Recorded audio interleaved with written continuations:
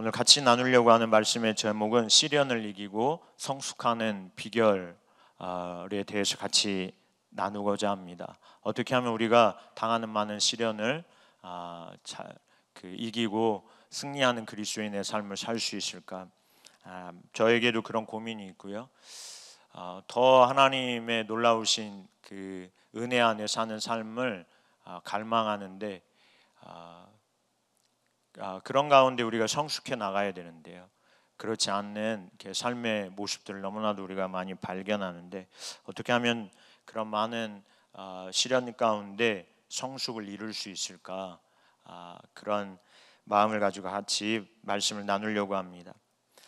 본문 이 야고보서는 그 예수님의 동생 야고보입니다. 그래서 이 야고보가 후에 그 예수님을 믿고 예루살렘 교회의 아마 리더가 된 것으로 보여지고요. 사도행전 15장에 보면 나오거든요.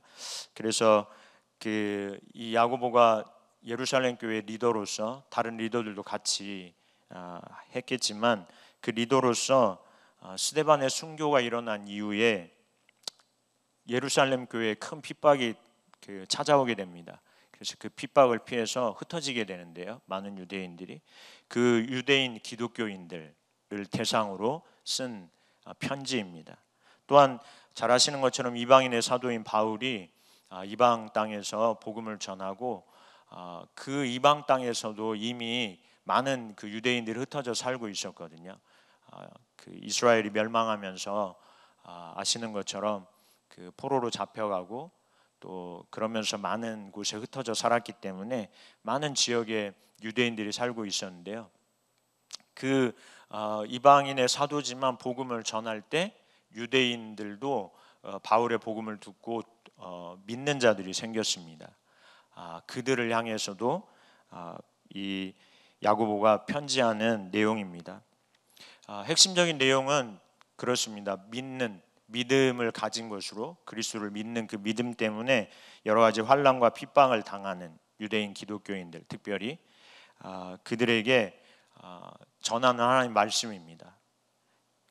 그들이 당하는 이 시련을 그들이 어떻게 하면 이길 수 있는가, 그리고 어떻게 하면 그들이 성숙할 수 있는가, 이것에 대해서 야고보 이 기자는 믿는 그리스도인들에게 증거하는 말씀입니다.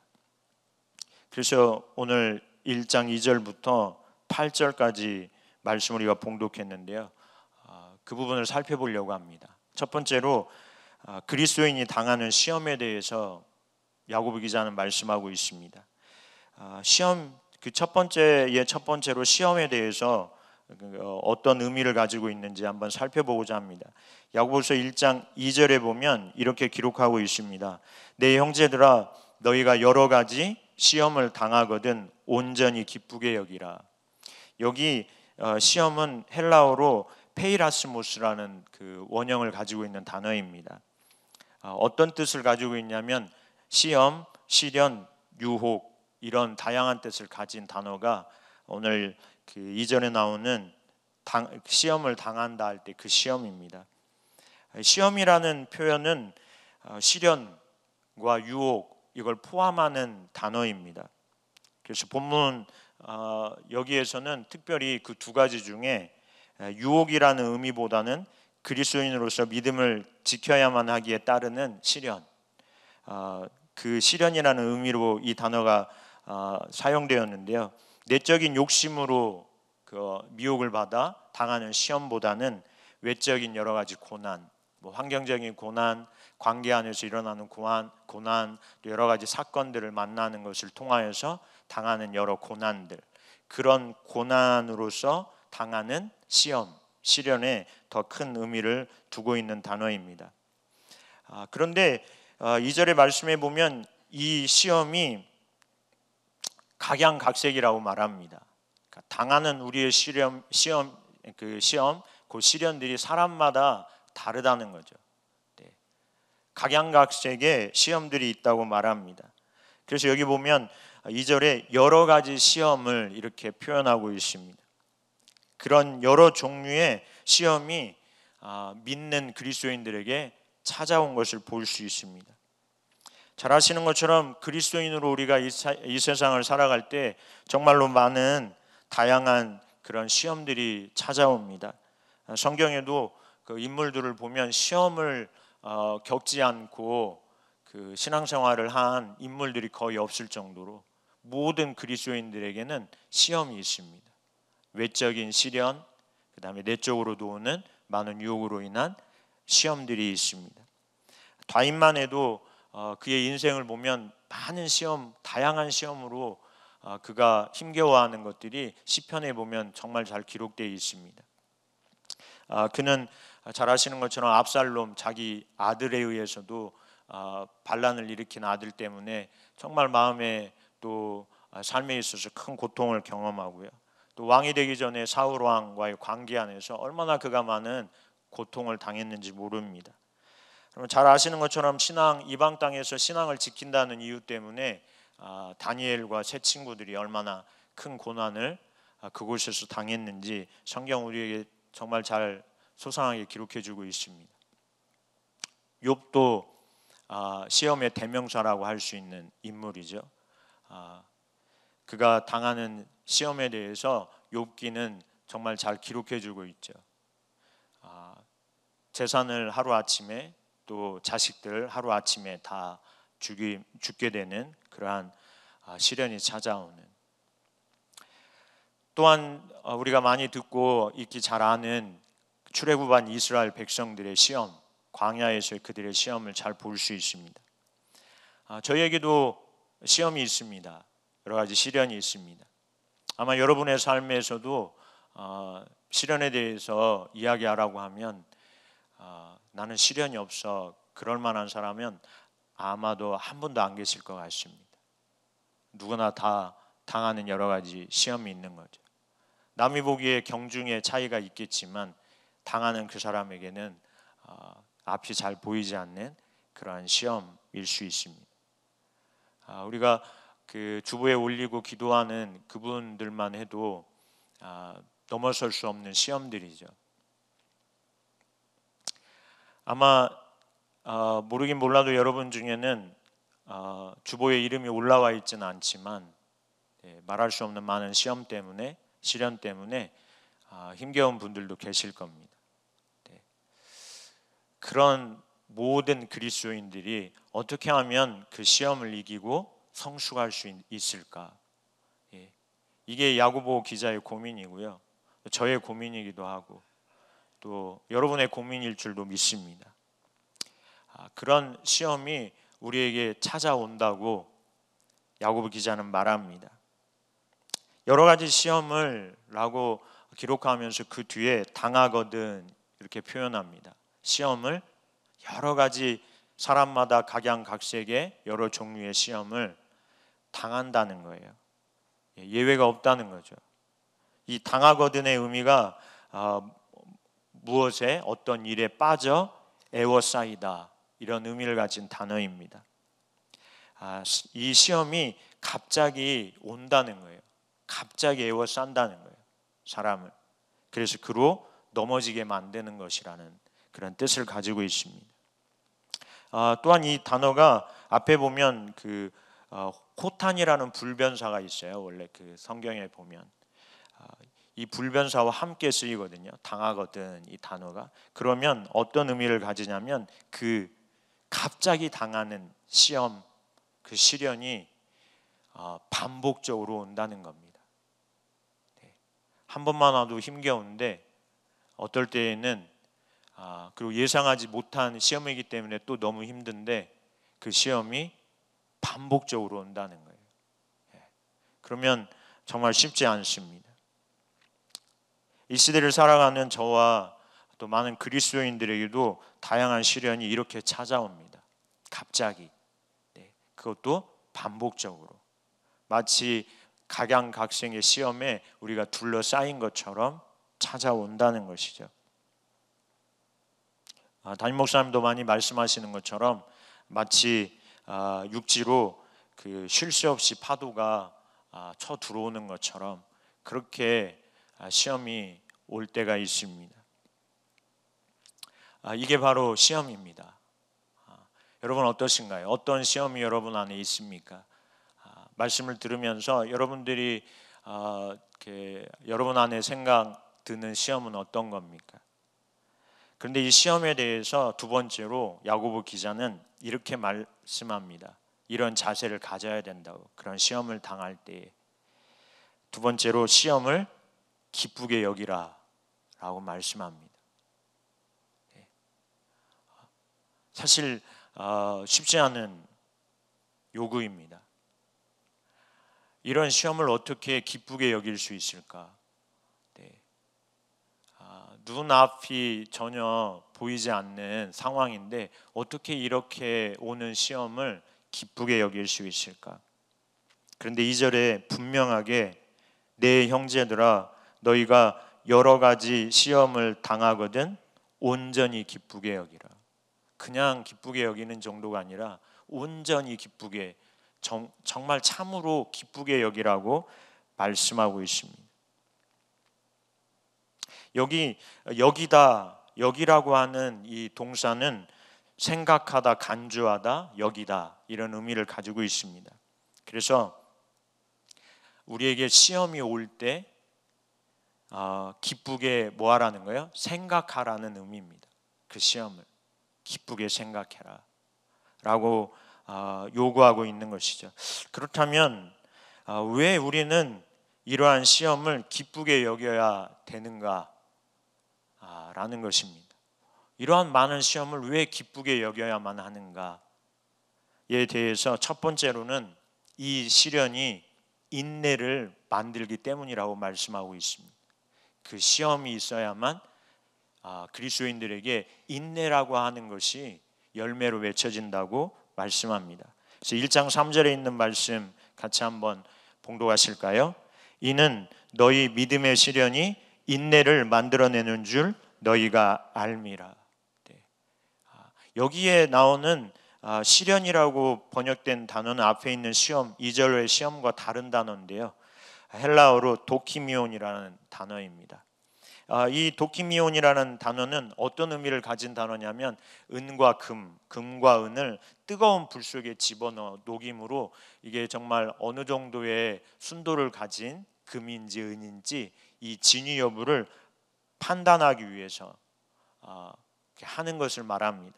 다시 말해서 우리의 믿음의 진위를 입증하기 위해 연단으로서 오는 시련을 말하는 겁니다.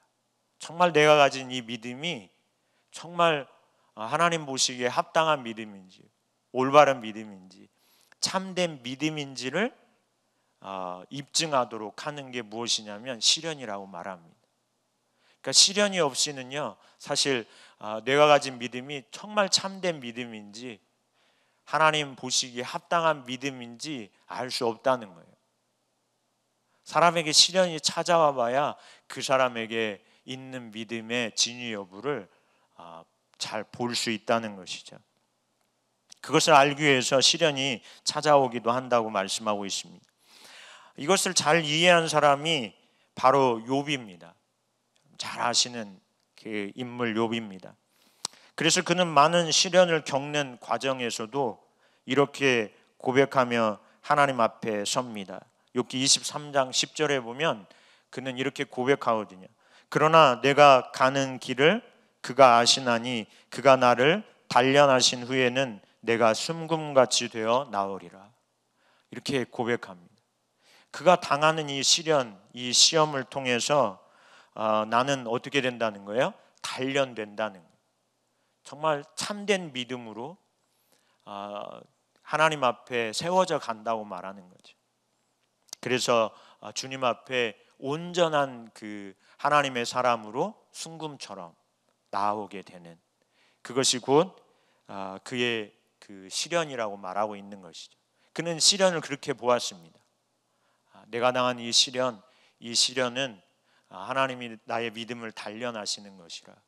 그래서 순금처럼 정말 순전한, 온전한 이런 뜻이거든요. 그 순금이라는 뜻이 온전하고 순전한 하나님의 사람으로 하나님 앞에 설 수 있도록 이렇게 하시는 것이다. 이렇게 고백하는 거예요. 하나님께서 여러 그런 시련의 상황에서도 자신이 가야 할 올바른 길을 제시하여 주실 것이라는 믿음을 가지고 있는 거죠. 그런 시련이 있지만 그가 나의 길을 아시나니, 나는 모르지만, 여러분 시련이 오는데 길이 너무나도 선명히 잘 보인다면 별로 시련이 아닐 수 있어요. 어떨 때는 정말 시련이 우리에게 닥치면 길이 안 보여요. 네. 맞으시면 아멘 한번 하시죠. 네. 정말 시련이 오면 여러분 길이 잘 보이시나요? 잘 안 보입니다. 누가 옆에서 아무리 하나님의 길을 제시해줘도 정말 잘 안 보이는 게 시험인 것 같아요. 그리고 시련인 것 같아요. 네. 그리고 어떨 때에는 우리가 그 시련을 또 잘못 이해하면 길을 제시해주고 알리는 사람에 대해서 불편한 마음을 갖기도 하죠. 올바르지 않은 마음의 자세이긴 하지만 그만큼 뭐 한다는 거예요?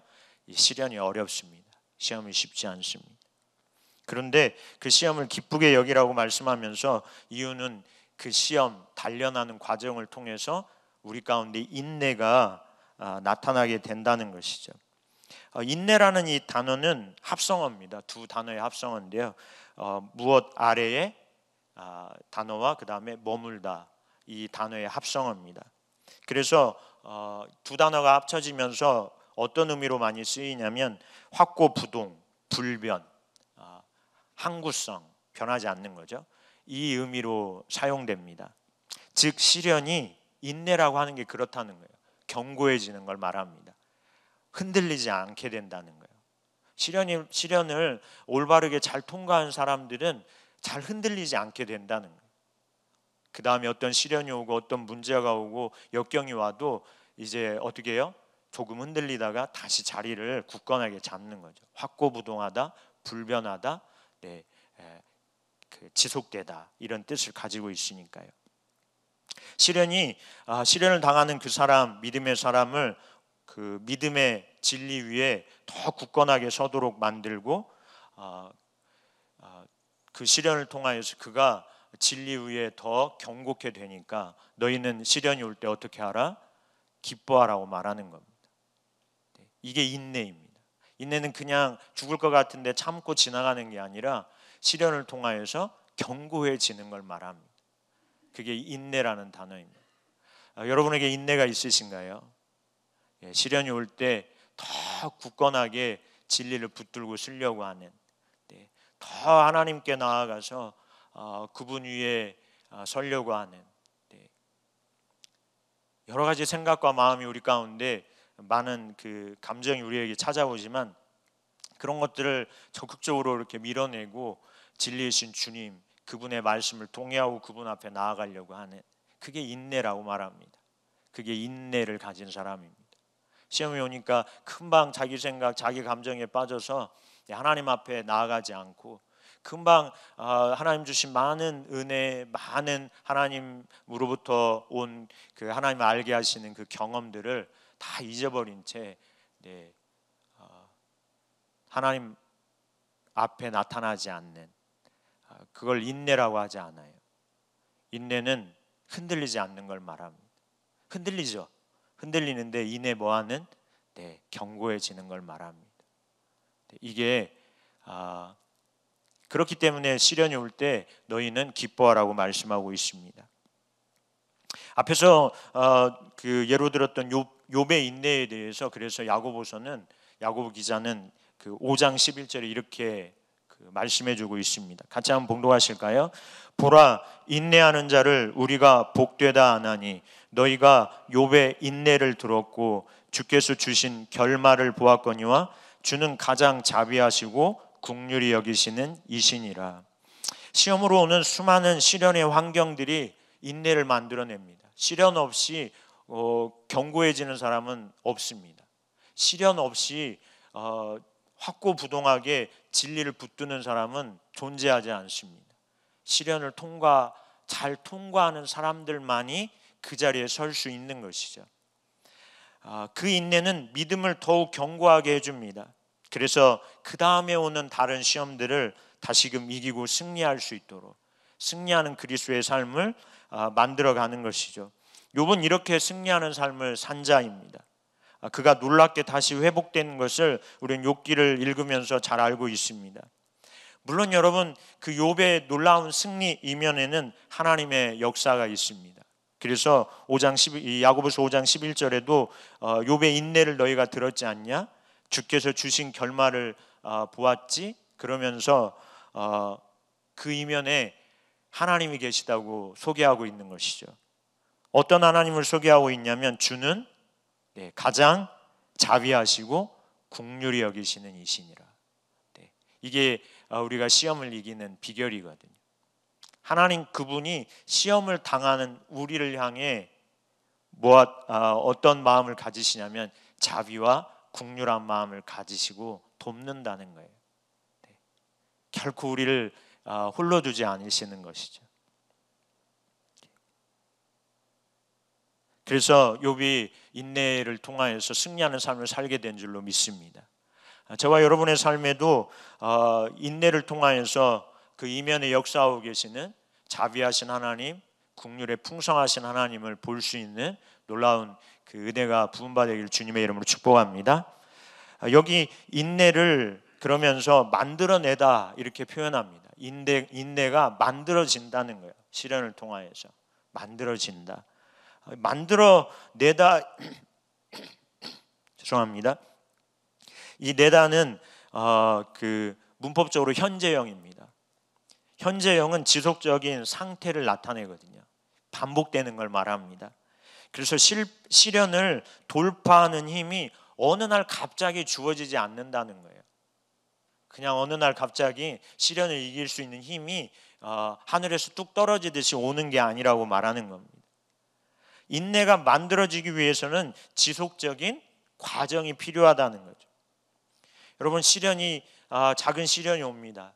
그때 그 진리 위에 견고히 서려고 하는 마음의 자세를 가지고 기뻐함으로 하나님 앞에 나아가면 그런 시간들 우리가 지속적으로 가질 때 무엇이 만들어지냐면 인내가 만들어지는 거예요. 계속적으로 인내가 자라가게 되는 것이죠.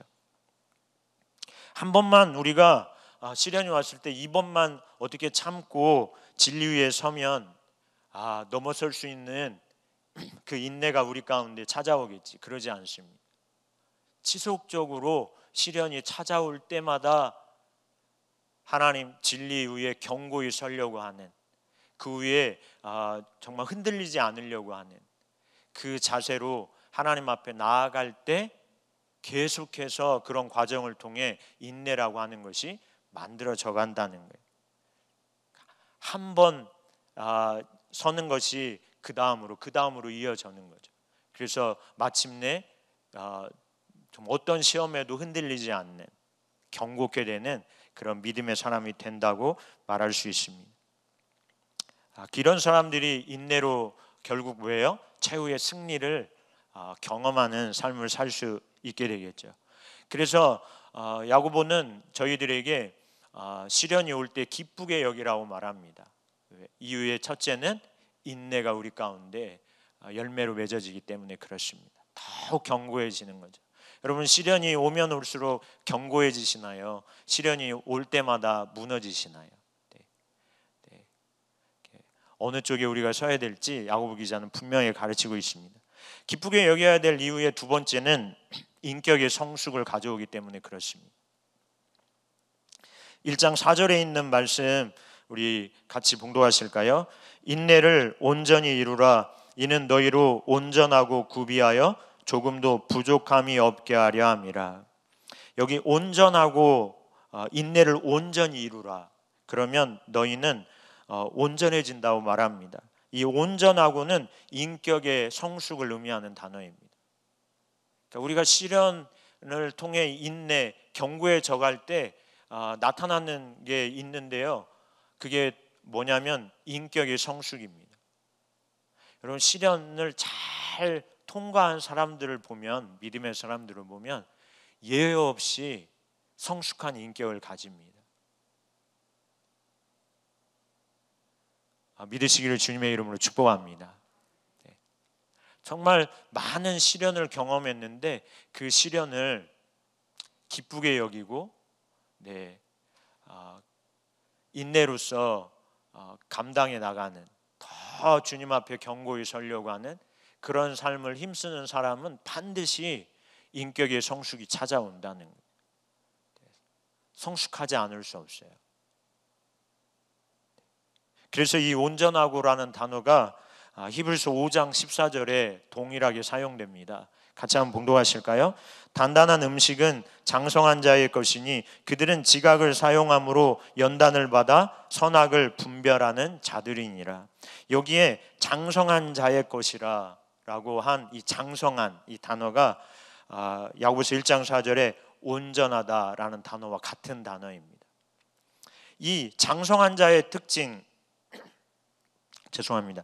목이 계속 좀 안 좋아가지고 자꾸 목소리가 갈라지는 것 같습니다. 이 장성한 자의 특징에 대해서 뭐라고 설명하고 있냐면, 특징을 이렇게 그 하반절에 말씀합니다. 그들은, 장성한 자들은 지각을 사용함으로 연단을 받아 선악을 분별해가는 자들이다, 이렇게 말합니다. 다 연단이 있어요. 그러니까 그냥 이들이 선악을 분별하는 영적 분별력이 주어지는 게 아닙니다. 그럼 그냥 많이 기도하니까 영적 분별력이 주어지는 거 아니에요. 많은 시험과 환난과 역경, 문제들이 찾아올 때 진리 위에 굳건히 서려고, 흔들리지 않으려고 주님 앞에 나아가 당하는 시련을 기쁘게 여기는, 내게 하나님께서 인내의 열매를 맺게 하고 나를 성숙하게 하실 거니까 그런 마음으로 많은 시련이 올 때 하나님 앞에 적극적으로 나아가 주님을 찾는 그 사람들에게 찾아오는 거예요. 선악을 분별하는 영적인 눈이 띄어지는 거죠. 그래서 성숙은요, 그냥 책상에서 안 됩니다. 그냥 책 읽는 것으로 안 됩니다. 많이 성경 보는 것으로 안 됩니다. 실제적인 우리의 삶 가운데 당하는 시련, 그 시련 속에서 나타나는 겁니다. 영적 분별력이라고 하는 건. 물론 우리가 많이 읽고 많이 기도하고 그래야 됩니다. 예배하는데 전심전력을 쏟고 해야 됩니다.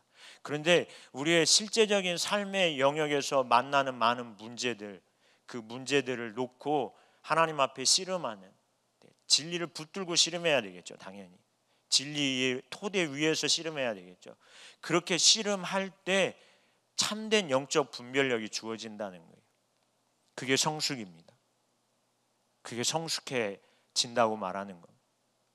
이론적인 지식은 너무나도 잘 아는데 실제적인 삶 가운데 성숙함이 없는 이유는 실제적인 삶에서 만나는 수많은 그런 문제, 난관, 역경들을 하나님 앞에 진리의 토대 위에서 씨름하지 않기 때문에 그렇습니다. 그래서 성숙이 일어나지 않는 거예요. 사실은 너무 많이 아는 것 같은데, 너무 잘 설명하는 것 같은데 변화가 없는 이유는 거기에 있습니다. 분명히 예외 없이 모든 사람들에겐 시련이 찾아오는데 그 시련을 그냥 여상히 지나가 버리는 거죠. 이때 그냥 한번 엎드리면 지나갈 거야. 사실은 그 시련을 통하여서 하나님께서 인내의 열매를 맺게 하시고 더 진리 안에 굳건히 서도록 하는 좋은 기회인데, 인격적으로 성숙할 수 있는 좋은 기회인데 그냥 다 여상히 지나가는 거예요. 때로는 인본주의적인 방법으로 해결하려고 하는 시도도 하고요. 그러면서 오히려 망가지기도 하죠. 그럼 우리가 참되게 시련을 보내면요, 반드시 그 사람에겐 인격적인 성숙이 일어납니다. 그 다음에 온전하고 구비하여라고 할 때 이 구비하여라는 단어는 그 의미가 신체의, 우리 몸의 각 부분이 모두 온전한 것을 의미하는 단어입니다. 모두 다 골고루 다 뭐 하는 거예요? 잘하는 것을 의미하는 거예요. 이게 시련을 인내로서 지내는 사람들의 그 모습입니다. 성숙이죠. 동일하게 골고루 잘합니다. 네. 어느 영역 하나 빠짐없이 잘 자라게 되는 거죠. 저는 그 비유를 좋아하거든요. 그 이미지를 좋아하는데, 예전에 그 두레박 있잖아요. 예전에 그런 두레박이 있었어요. 그래서 이렇게 나무 조각을 쭉 이렇게 엮어가지고 이렇게 철판으로 이렇게 둘러서 아래를 두레박을 만들었거든요. 그래서 그걸로 이제 물을 이렇게 우물문을 길러오는. 그래서 시골에 뭐 오래 살진 않았지만 그런 모습을 본 것 같기도 해요. 근데 오래돼서요, 이 두레박이 이제 이렇게 깨지고 그러죠. 그러면 이제 이렇게 나무 조각 중에 하나가 이렇게 턱이 날아가는. 예. 그러면 이제 물을 우물에 던지잖아요. 그리고 빨리 올리잖아요. 아무래도 이게 나무 조각으로 한 거라 좀 세기도 하고 하니까 빨리 이렇게 올려요. 근데 여러분, 그 두레박이 이렇게 나무가 깨지면 어디까지 물이 차는 줄 아세요? 뭐 10개의 나무 조각으로 만들었다. 근데 하나가 반절 정도만 남았다. 그러면 물은 어디까지만 차요? 반절만 찹니다. 아무리 다른 나무가 다 성에서 있다고 해도 그 빈 곳으로 다 새는 것이죠. 그런데 여러분, 시련을 우리가 진리의 터 위에서 굳건하게 서려고 기쁨으로, 그래서 성숙을 위하여서 이렇게 시련을, 그런 관점으로 시련을 보면 골고루 자랍니다. 그만큼 뭐 할 수 있어요? 하나님의 놀라운 역사를 담아낼 수 있다는. 어떤 사람은 어떤 영역은 너무나도 잘하는 것 같은데 어떤 영역은 너무나도 안 자라요. 근데 여러분, 아셔야 될 게 그 안 자라는 영역을 하나님은 집요하게 다루신다는 거예요. 거기에 시련이 찾아옵니다. 그 영역이. 저를 봐도 그렇더라고요. 제가 잘 안 자라는 영역. 여러분, 왜 안 자라는 줄 아세요? 그 영역이 때로는 우리의 자라온 과거의 상처 때문일 수도 있습니다. 우리가 자라온 환경, 성품, 이런 게 다 작용합니다. 자라지 않는 영역에. 근데 하나님께서는 그런 부분은 좀 하나님이 좀 제끼고 힘드니까 우리가 그러면 너무 좋을 것 같은데 그렇게 하지 않으세요. 그 영역에 집중적으로 시험이 찾아옵니다. 시험이 찾아옵니다. 그래서 뭐 하시기를 원하세요? 그 영역이 자라기를 원하시는 거예요. 그래야 하나님 크기의 일을 잘 담아낼 수 있으니까. 그러지 않으면 그 영역 때문에 다 쏟아집니다. 그 영역만큼밖에 하나님의 놀라운 은혜의 역사를 담아낼 수 없어요. 교회 공동체도 마찬가지입니다. 교회 공동체에도 시련은 있습니다. 어려움이 있습니다. 많은 문제들이 있습니다. 하나님께서 교회 공동체도 자라가게 하시기 위해서 그 영역을 집중적으로 훈련하시고 다루시는 영역이 있습니다. 담임 목사님도 보면 말씀하실 때 최근에 교회 가운데 무엇이 필요한 것 같다고 이렇게 스텝웨이나 그래서 그 부분을 놓고 기도하면 좋겠다고 이렇게 말씀하실 때도 있고 그러거든요. 교회가 전반적으로 하나님이 어떤 영역을 다루어 가시는 것 같은 그 부분이 보일 때가 있습니다. 개인도 그렇고요, 공동체도 동일합니다. 작은 소그룹들도 마찬가지입니다. 정말 그 공동체가 하나님 앞에 온전하게 서려고 하는 중심의 자세를 가지면 오이코스든지 뭐 교회 학교든지 청년부든지 다 동일하거든요. 그 공동체가 온전한 성숙을 이루기 위해서 하나님 일하신다는 거죠. 그래서 결국 시련을 우리가 인내함으로 보내는 자는 결국 그리스도의 장성한 분량에 이르기까지 자라는 것이죠. 그게 인격적인 성숙입니다. 온전한 인격의 성숙을 가져오는 일이 일어난다는 것. 그래서 기쁘게 여기라고 말합니다. 시련이 아무짝에도 쓸모없는 게 아닙니다. 우리를 더 경고케 하기 위함이고 우리로 성숙시키기 위해서 하나님 반드시 시련이라는 도구를 예외 없이 모든 그리스도인들에게 주신다는 것이죠. 그러면서 이러한 그 시련이 올 때 그 성숙을 위하여서 이렇게 말씀하고 있습니다. 4절에 보면 그 인내를 온전히 이루라고 말하고 있죠. 이루라 앞에. 그렇기 때문에 너희는 성숙을 위해서 인내를 온전히 이루어라. 여기 이루라라는 단어가 그 중요한데요. 이 단어는 야고보서에 많이 나옵니다. 어떤 의미를 가지고 있냐면 무언가를 힘써 하는 행위를 말할 때 쓰는 단어입니다. 다시 말해서 여러분, 인격적인 성숙은 그냥 오는 게 아닙니다. 시련을 그냥 당하면 자동적으로 인내가 길러지고 성숙이 오는가? 그러지 않다는 거예요. 네. 성숙은 시련이 올 때 자연적으로 일어난 것이 아닙니다. 앞에서 본 것처럼 시련이 그 시련의 환경이 인내를 가져온다고 말합니다. 그 인내를 통해 하나님의 성품을 닮아가는 성숙이 일이 일어난다고 말씀드렸는데요. 그런데 저절로 이런 일이 우리에게 일어나지는 않습니다. 어떤 이들은 오히려 시련이 올 때 망가집니다. 네, 뒤로 물러납니다. 출애굽한 이스라엘 백성들이 그 한 얘기했죠. 시련이 그 광야의 세월 가운데 찾아올 때 그들은 망가집니다. 시련이 온다고 다 성숙하지 않아요.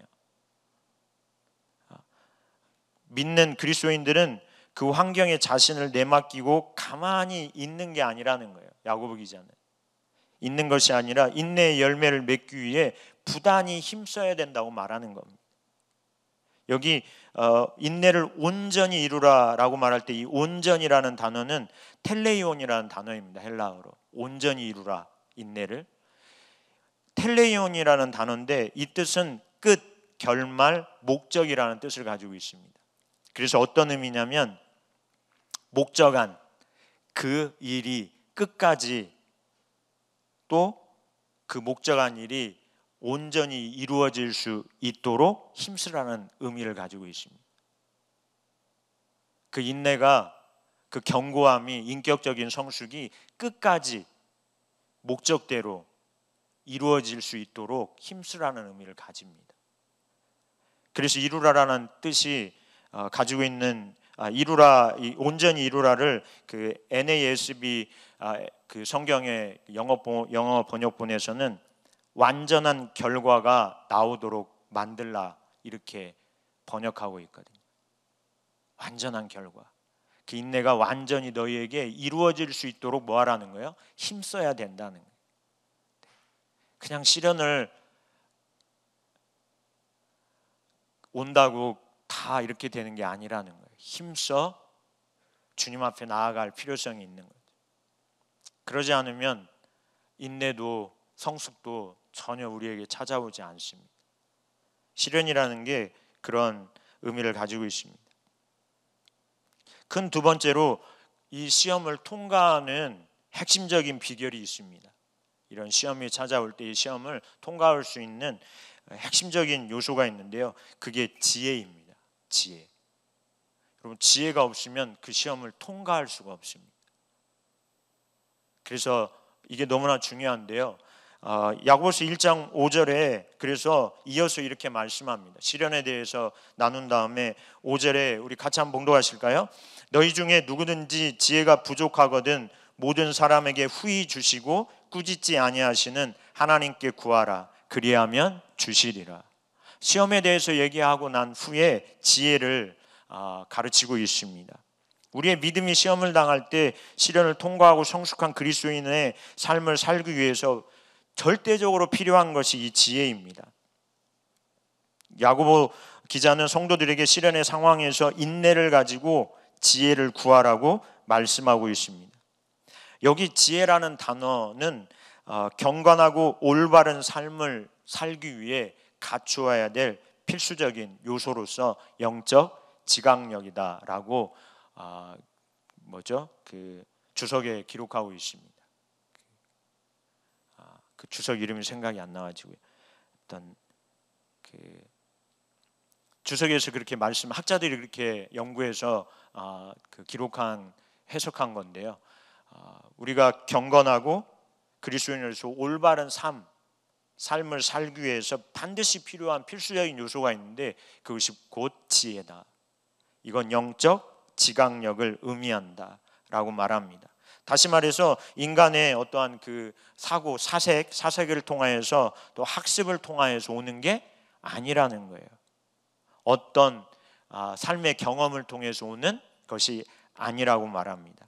이 지혜는 이 지각, 영적인 지각 능력은 하나님의 말씀과 성령의 조명을 통해서 오는 체험적인 지식을 의미하는 것입니다. 그래서 지혜는 하나님의 말씀, 우리가 시련을 당할 때 견고하게 진리 위에 서려고 하면 지혜가 그들에게 부음바 되는 거죠. 그러므로 어떻게 돼요? 그들 가운데 인격적인 성숙이 일어난다고 말하고 있는 거예요. 지혜가 없이 불가능해요. 시련은 있는데, 진리를 붙드는 건 있는데 지혜가 오지 않으면 곧 하나님께서 그런 상황, 그런 시련 가운데 있는, 그래서 진리를 붙드는 그들 가운데 찾아오셔서 실제적으로 하나님 말씀을 깨닫게 하시는 놀라운 은혜의 역사, 그게 일어날 때 뭐가 그들 가운데 일어나냐면 진리 위에 비로소 온전히 서는 게 되고요, 인격적인 성숙도 그때 찾아오기 시작하는 거예요. 그런 일이 많으면 많을수록 뭐예요? 더 믿음의 견고함, 그런 일이 많으면 많을수록, 지혜가 부어지면 부어질수록 더 당연하게 오는 게 인격적인 성숙이거든요. 믿음이 자라고 인격이 성숙하는 거예요. 그래서 지혜는 정말 중요합니다. 진리의 터 위에 진리를 동의하고 서는 것 너무 중요한데, 그렇게 설 때 성령님께서 반드시 오셔서 그런 사람들에게 지혜를 부어주신다는, 하나님의 말씀을 통해 성령의 조명하심으로 그런 상황, 그런 시련을 당하는 자기 자신, 또 그 시련 가운데 하나님이 어떠한 분이신지, 어떤 의도를 가지신지, 이런 것들을 하나님께서 알리시기 시작하는 거죠. 여러 방법을 통해서. 그래서 지혜를 구하라고 말합니다. 시련이 올 때 너희는 지혜를 구하라, 그렇게 말씀하고 있습니다. 지혜를 구할 때 중요한 것들이 있습니다. 지혜를 구할 때예요. 첫 번째로 지혜를 구하는 사람은 하나님의 성품을 제일 먼저 의지해야 됩니다. 성품을 의지한 상태에서 지혜를 구해야 돼요. 시련이 찾아옵니다. 진리에 동의해서 하나님 앞에 나아갑니다. 그리고 하나님의 지혜를 구하죠. 하나님, 이러한 환경과 상황 속에서 하나님 뜻하신 바, 하나님 또 하나님 어떠한 분이신지, 또 나의 삶 가운데 하나님 어떠한 의도와 뜻을 가지고 계신지 알려주시기를 간절히 갈망합니다. 그게 지혜를 구하는 거예요. 성령님 오셔서 주의 말씀을 통하여서 제게 이렇게 보여달라고, 알게 해달라고 이렇게 구하겠죠. 근데 그 구할 때 우리의 마음 중심에 하나님의 성품을 의지하는 게 너무나도 중요합니다. 그래서 그 5절에는 모든 사람에게 후히 주시고 꾸짖지 아니하시는 하나님께 구하라, 지혜를 그렇게 말합니다. 그래서 하나님의 성품을 소개하고 있는 거죠. 하나님은 지혜를 구하는 자들에게 어떠한 하나님이시라? 풍성하신 하나님이시라 라고 알리시는 거예요. 그래서 여기 후이라고 하는 이 헬라어 단어 하플로스라는 단어입니다. 하플루스는 잘 아시는데요, 그게 그 눈이 성하면 할 때 그 단어 하플루스인데요, 여기는 하플로스라는 단어예요. 같은 어원이긴 한데 의미가 다릅니다. 풍성하게라는 뜻을 가지고 있습니다. 풍성하게. 하나님께서는 시련을 당해서 그 진리에 동의하고 그 말씀에 견고히 서려고 주님을 찾는 그 자들에게 지혜를 주시는데요, 어떻게 주시냐면 풍성하게 주시는 하나님이시라고 말씀합니다. 그러니까 우리가 지혜를 구할 때 그 하나님의 성품을 의지한다고 말하는 것은 내가 구할 때에 하나님 반드시 주시되 풍성하게 내게 주실 거야 라고 그 하나님의 성품을 의지하고 찾는 게 중요하다고 말씀드리는 겁니다. 그 하나님의 성품에 대한 의지, 확신이 없이 구하면요, 지혜를 주셔도 우리가 깨닫지 못할 때가 너무 많이 있습니다. 풍성하신 하나님, 그 하나님에 대한 이해가 우리에게 너무나도 없으면 구하긴 구하는데 지혜를 주시는데 발견되지 못할 때가 있다는 거예요. 그래서 반드시 하나님의 성품을 의지해야 됩니다. 시편 86편 15절에 보면 그러나 주여 주는 긍휼히 여기시며 은혜를 베푸시며 노하기를 더디하시며 인자와 진실이 풍성하신 하나님이시오니, 이렇게 고백하거든요. 하나님 앞에 찾아 나아가서 그분께 지혜를 구할 때 이 중심의 이 그 확신, 이 믿음, 이 자세를 갖는 게 중요해요. 그분의 성품을 우리에게 뭐하도록 풍성하도록 계시하실 그 하나님, 그렇게 하실 하나님이라고 우리가 고백하며 하나님을 찾아야 되거든요. 지혜를 구해야 되거든요. 두 번째로 하나님의 성품에 소개하고 있는 것은 국률하신 하나님이 소개하고 있습니다. 그래서 거기 보면 꾸짖지 않으신다 이렇게 표현하고 있죠. 후히 주시고 꾸짖지 아니하시는, 오네이디조라는 단어인데요, 책망하고 나무라다 이런 뜻이에요. 그러니까 하나님은 시련을 당하면서 어떨 때는 우리가 올바르게 하지 못하잖아요. 반응하지 못하잖아요. 왜곡되게 또 낭망도 하고 좌절도 하고, 어떨 때는 시험과 이런 시련이 찾아올 때 그럼에도 불구하고 우리가 하나님 말씀을 의지하여 주님 앞에 나아갈 때 하나님은 꾸짖지 아니하신다는 거예요. 하나님은 나무라지 않으신대요. 네. 긍휼과 자비하심으로 대하신다는 거죠. 이게 중요합니다. 시련을 당할 때 우리가 잘못 반응할 수 있습니다. 예외 없이 많은 사람들이 잘못 반응하거든요. 하나님 앞에. 저도 숱하게 올바르지 않게 하나님 앞에 설 때가 참 많죠. 그럼에도 불구하고 저희는 어떻게 해요? 하나님 말씀 의지하여 가잖아요. 하나님 앞에 나가잖아요. 포기하시나요? 그러신 분들은 여기 안 오셨겠죠. 어찌됐든 간에 시련이 오고 힘겨움이 와도 하나님의 말씀을 의지해서 하나님 앞에 나가죠. 나가는 나의 모습을 보면 정말 내가 봐도 용납이 안 되는, 왜 이렇게 안 자랄까? 왜 이렇게 낭망하고 왜 이렇게 의심하고 이럴까? 이런 자기 자신에 대한 모습이 수도 없이 많이 있지만, 그러면 하나님 보실 때는 얼마나 더 하겠어요, 사실은. 그런데도 불구하고 하나님은 지혜를 구하는 자를 꾸짖지 아니하신다고 말씀합니다. 나무라지 않으신다는, 곧 하나님의 긍휼하심을 말씀하고 있는 거죠. 그래서 하나님께 지혜를 구하러 나갈 때에는 풍성하신 하나님께서 그분의 지혜를 우리에게 풍성하도록 주실 거야. 시험의 환경 속에서 하나님이 넉넉히 이길 수 있는 지혜를 내게 부어주실 거야. 겨우 이겨나가는 게 아니고요, 정말 넉넉히 이길 수 있는 그 힘을 주실 거라는 그 하나님의 성품을 의지해야 되고요. 내가 아무리 하나님 앞에 잘못된 반응을 하고 시험 속에서 잘못된 생각, 감정을 가졌어도 하나님 앞에 나가면, 그래서 그분을 붙들면 그분은 꾸짖지 아니하시고 긍휼과 자비하심으로 나를 대하시는 분이야 라는 그 믿음으로 지혜를 구하러 가셔야 돼요. 할렐루야. 네. 그러면 견고해집니다. 믿음이 견고해집니다. 그러면서 인격적인 성숙이 여러분 안에 찾아오는 거예요. 점점점. 어떻게 해요? 지속적으로 그렇게 할 때 만들어지는 거죠. 하나님께서 그렇게 우리를 빚어 가시는 것이죠. 그리고 구하라고 말합니다. 하나님의 성품을 의지하고 두 번째는 구해야 된다 말씀하고 있죠. 구하지 않으면 안 됩니다. 하나님 앞에 나아가 적극적으로 구하지 않으면 안 돼요. 구하라 그리하면 주시리라. 너무나 우리 많이 듣는 말씀들이잖아요. 구하라 그리하면 주시리라. 네. 그렇게 하시는 거죠. 하나님으로부터 문법적으로 보면 하나님으로부터 반드시 주어진다, 이런 문법적인 의미를 가지고 있어요. 간단한 단어들이지만, 하나님의 지혜를 구하는 것은 그리스도인의 특권입니다.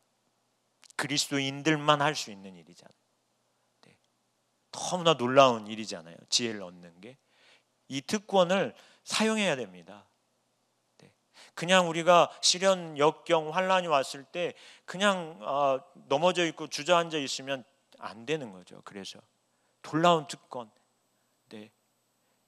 믿음의 경고성이 우리에게 찾아오는, 인격적인 성숙이 우리에게 찾아오는 놀라운 그 선물을 담고 있는 게 시련인데요. 그래서 기쁘게 여기라고 그러잖아요. 그 시련 속에서 뭐 하는 거예요? 지혜를 구하는 것은 우리의 특권이 돼야 됩니다. 그래서 통과해 나가는 거죠. 놀랍게. 그래서 구하라고 말씀하고 있는 겁니다. 야고보 기자는 4장 2절 3절에서 그렇게 말씀합니다. 너희는 욕심을 내어도 얻지 못하며 살인하며 시기하여도 능히 취하지 못함으로 다투고 싸우는도다. 그러면서 너희가 얻지 못함은 구하지 아니하기 때문이라. 안 구해요. 시련이 왔을 때 안 구해요. 하나님 앞에 나가 지혜를 구하지 않아요. 하나님의 의도와 목적을 찾지 않아요. 그냥 인본주의적인 방법으로 인간적인 감정과 생각으로 그냥 여상이 지나갈 때가 너무 많아요.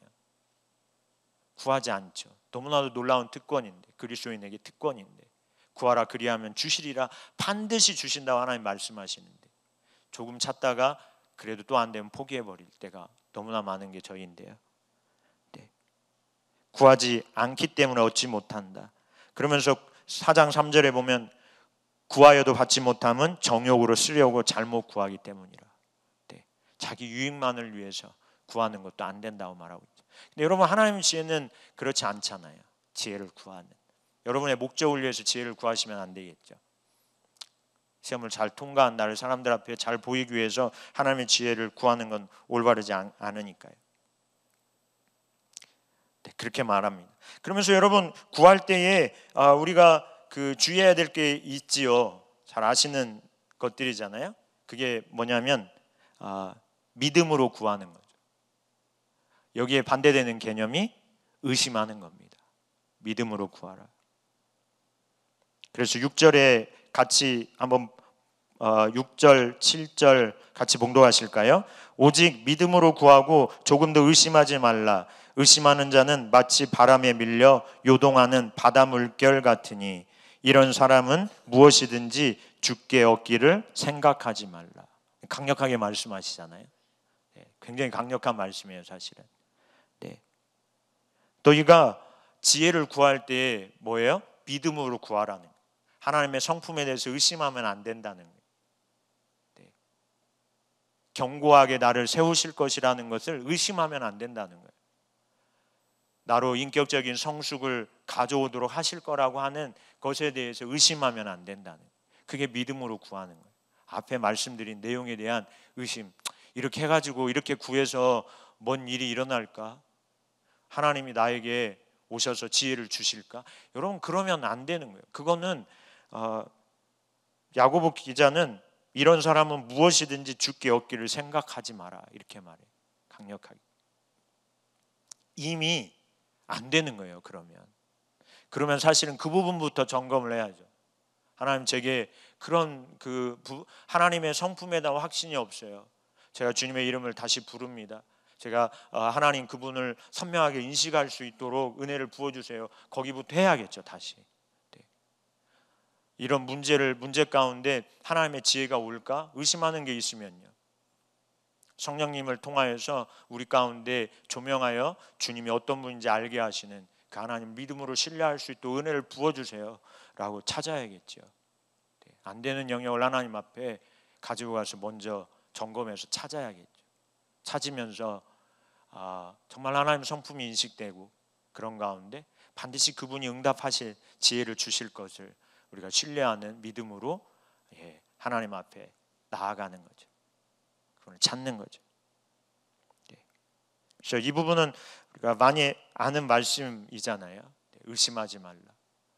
이런 사람 마치 변덕이 심한 사람과 같다는 거예요. 바다 위에 요동하는, 네, 바람에 밀려 요동하는 물결처럼 이리저리 향방 없이 그냥 가는. 그래서요, 시련이 왔는데 여러분, 이 시련을 잘 통과하지 못하면요, 이렇게 될 가능성이 커요. 향방이 없어요. 신앙생활에 목적을 잃어버려요. 그래서 나중에 뭘 해야 될지 모르는 지경까지도 가요. 심지어 어떤 분들은요, 그 시련 때문에 하나님을 떠나는 이들도 생겨요. 시련은 앞에서 야고보 기자는 놀라운 그 선물인 것 같이 보이잖아요. 기쁘게 여기라고. 근데 하나도 그러한 일들을 경험하지 못하는 것이죠. 마지막 세 번째로 시련을 이기는 자들에게 주시는 하나님의 선물이 있습니다. 놀라운 하나님의 선물이 있습니다. 야고보서 1장 12절을 같이 한번 보실까요? 야고보서 1장 12절. 함께 봉독하시겠습니다. 시험을 참는 자는 복이 있나니 이는 시련을 견디어낸 자가 주께서 자기를 사랑하는 자들에게 약속하신 생명의 면류관을 얻을 것이기 때문이라. 할렐루야. 네. 생명의 면류관을 그들에게 주신다는 거예요. 생명의 면류관.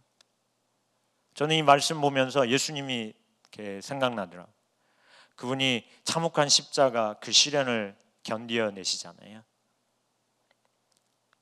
히브리서 12장 2절에 보면 제가 말씀 방송실에 안 올라가서요. 히브리서 12장 2절 보면 믿음의 주요 온전케 하시는 이인 예수를 바라보자.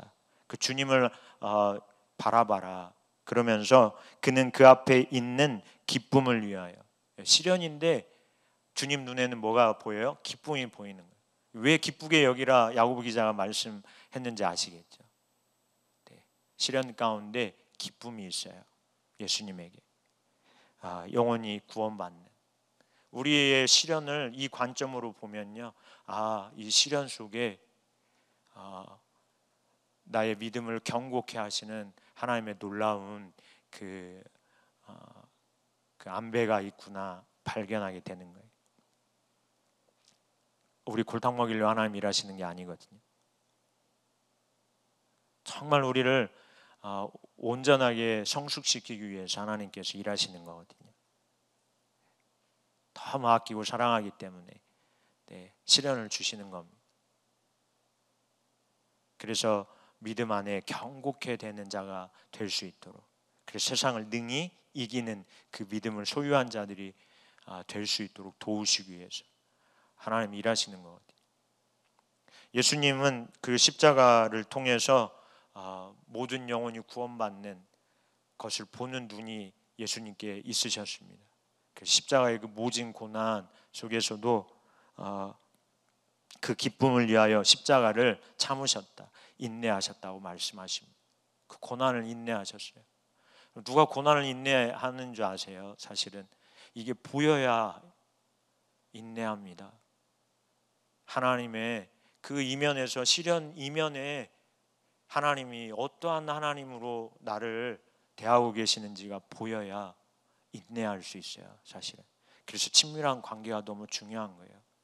지속적으로 하나님과의 관계 안에 살려고 하는 그 가운데 있을 때 다가오는 시련, 그 시련 너머에 계신 하나님의 성품이 보이거든요.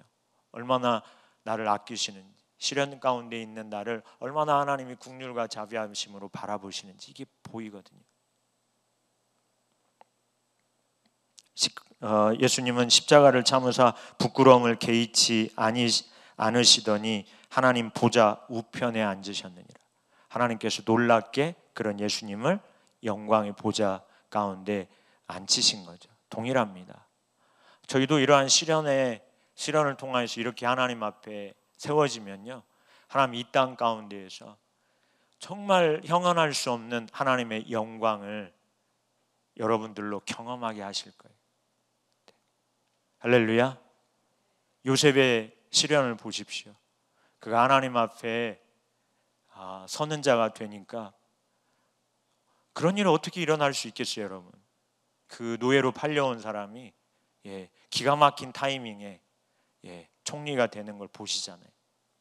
기가 막히게 하나님이 말할 수 없는 영광을 그에게 씌워주시는, 우리 땅에서 조금 없어도 하나님 나라에서 잘했다 칭찬받는, 주님의 영광에 참여하는 그런 자가 또 될 거잖아요. 그렇잖아요. 그걸 말씀하고 있는 겁니다. 영원 이 생명의 면류관이 너희에게 주어집니다. 욥만 해도 그렇잖아요.